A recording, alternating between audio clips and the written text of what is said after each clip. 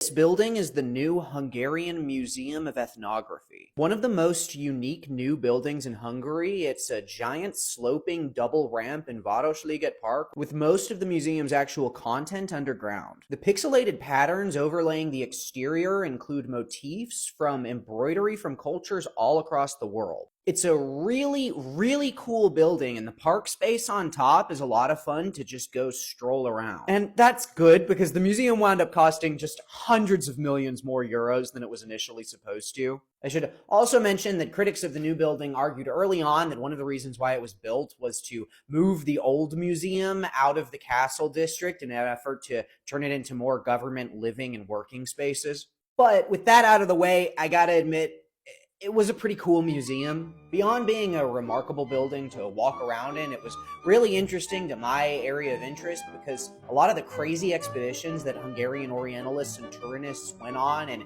Asia and elsewhere yielded a lot of the museum's collections. The exhibits were interesting, informative, and artful. I could honestly spend hours and hours looking at their walls and walls of ceramics. There was some interesting Finno-Ugric stuff, interesting examples of old Hungarian culture, a cool model of 19th century Budapest, obviously a ton of Hungarian folk art, costumes, embroidery, furniture, some cool artifacts of Romani history like this chain and staff of a Romani voivode, this viola crafted by a Rom made entirely out of toothpicks. And of course, this unbelievable view from the top of this thing. So, it was pretty wasteful building this, but I don't know, it was pretty cool. There's my museum review.